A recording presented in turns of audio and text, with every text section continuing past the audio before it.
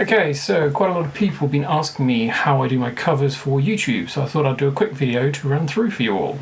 So, step one, decide on a song. So we're going to look at Lamb of God's Descending, which I did a cover of not that long ago. So first step is finding a tab. So I typically get my tabs from Ultimate Guitar these days. I use Guitar Pro a lot. So if we look on my screen, we're going to look up for a tab where my mouse works. So we're going to look up the descending tab. So I've already looked up at some of these and I'm going to pick number 4, which is a Guitar Pro tab. So what's quite nice about the Guitar Pro tabs on Ultimate Guitar is you get all the different voicings. So you've got guitar 1, 2, melody lines, bass, drum kits, etc. This is actually one that I've edited as well and uploaded. So when I found one that I like, I will go down to the bottom and download the Guitar Pro tab. I will then have a look in Guitar Pro. Here is my tab. This is on the drums at the moment, so I will then go through all the tab, learn it, see if there's anything I disagree with, compare it to live performances as well. So if we now go back, I would go onto YouTube and I would kind of search up, Descending, Lamb of God, whatever song I'm doing. I would then find some live videos. I think this is one that I looked at from before, so I pick a live video to watch. Find my live video and kind of scrub through it, trying to find guitar parts. So here's a good bit. So from that I can kind of get an idea if there's a hand position that I've got wrong or so on. Also, what's incredibly useful is in the settings is changing the playback speed to kind of half speed, say.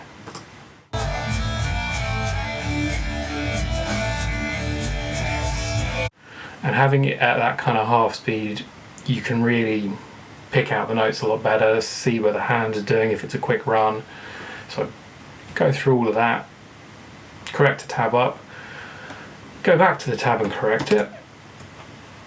So this is, as I say, my corrected tab that I did before. Next, I would then export the drums from the Guitar Pro.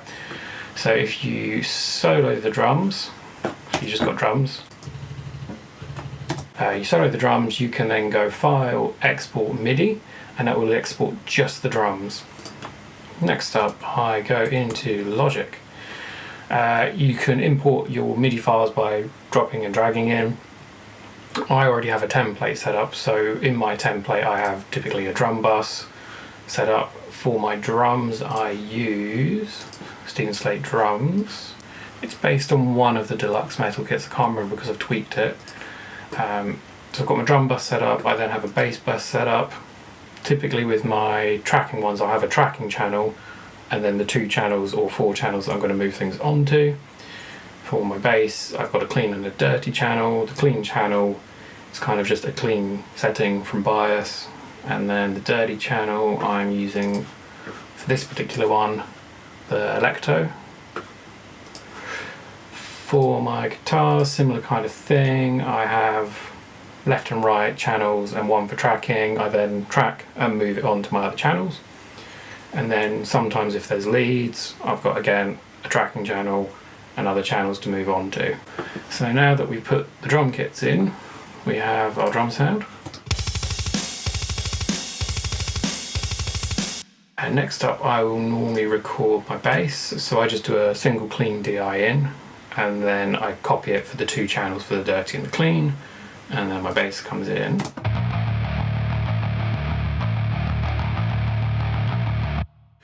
So as you can see, I don't do single takes, I chop and change because I'm trying to make a good video for people to learn from. So I have no problems with chopping and changing to make a better final video. Next up, it's then record all my guitars, DI again. These are double tracked, so different on the left and right. Sometimes I'll quad track. And then any extra melody lines down the middle. So for this one, if we listen to my guitars, so that's the left and right, and we've got left only.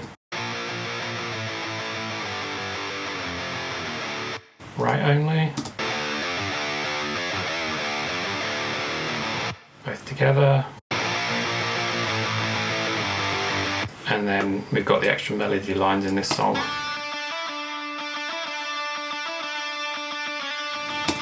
Cool, so very quick overview for my guitars. I quite often use the Le 456 and it's got a mix of, on this one, God's Cab and a Diesel Impulse. So typically with my guitars I put them into a single bus. There's quite a bit going on. It's mainly EQing, kind of getting rid of the bottom, slight dip in the mids. Compressor, I don't always need a compressor.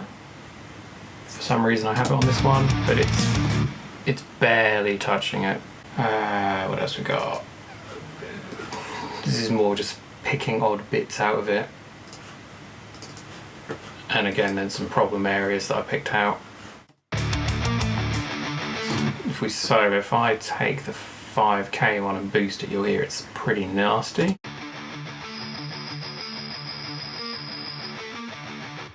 Similarly with probably this one, it's going to sound nasty.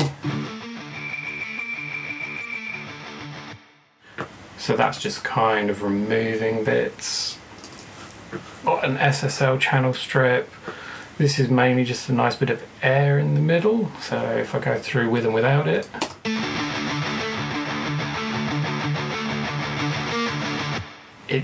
I find it better than a high shelf on the EQ. It's a bit of a nicer high shelf than the stock one. For this one, this was a free plug-in, so I thought I'd play with it. Again, so this is Stephen Slate's Fresh Air. It's just adding a bit on the top end without being too harsh. So I track everything, put it all in, edit it up however I want to make it sound good, mix it. I'm not going to go into the mixing, but I do put automation in of various bits and pieces. So also I run through like a fake mastering chain. It's just how I've worked. So the general idea of it is removing some of the higher ends with the sibilance plugin from Waves, cutting out some low end with just a single shelf. Saturation, I use one from Softtube, it's a free one. Again, it's just adding some dirt to the sound really. I run into a series of compressors. Rather than doing one, I prefer two, kind of doing less than one that's really harsh. So if you watch, both of these are just very lightly compressing. We've got a general channel EQ. Again, we're just adding or removing very tiny amounts just to make it sound a bit nicer. So we've got the SSL again. Once again, it's just a little bit of air. I actually decided I wanted a little bit more around, where are we? About 900? Yeah. Adaptive limiter plugin. For this one, it's more just acting as a limiter. It's not boosting anything at this point. It's just about catching the top. And then I've got a multimeter just so we can get a general idea of where we're up to. So this is a little bit hot, but it works. So we go with it. So, once I've done all that, EQ'd it, mixed it, everything, I will bounce it out and I put it into iMovie. So I record myself. Generally I do 2 shots or 2 takes, a far shot and a near shot. I will then go through, line it all up with the sound, line the video up, and then I screen record the tabs. For helping record and lining up everything, I'll also have a click track bounced out. So it's just a click track so I can line up the video and the audio and then line it all up also visually when I'm on my screen here. And line it all up, pull stupid faces, make some fun sounds, and that's kind of it. So also when I am playing for my videos, I am actually still playing in the background.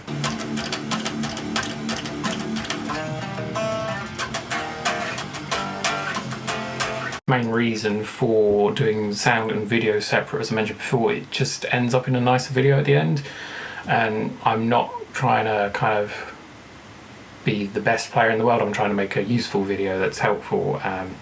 So the cleaner it is for when you're learning a song, to me, it makes a nicer video. So that's the general process of making a video for me. So recapping, I will get a Guitar Pro, I will download it, I will look at it, I will use videos online to try and correct it. I will then record the audio, generally import the drums, record the bass, record the guitars, any other little bits and pieces that I might add in.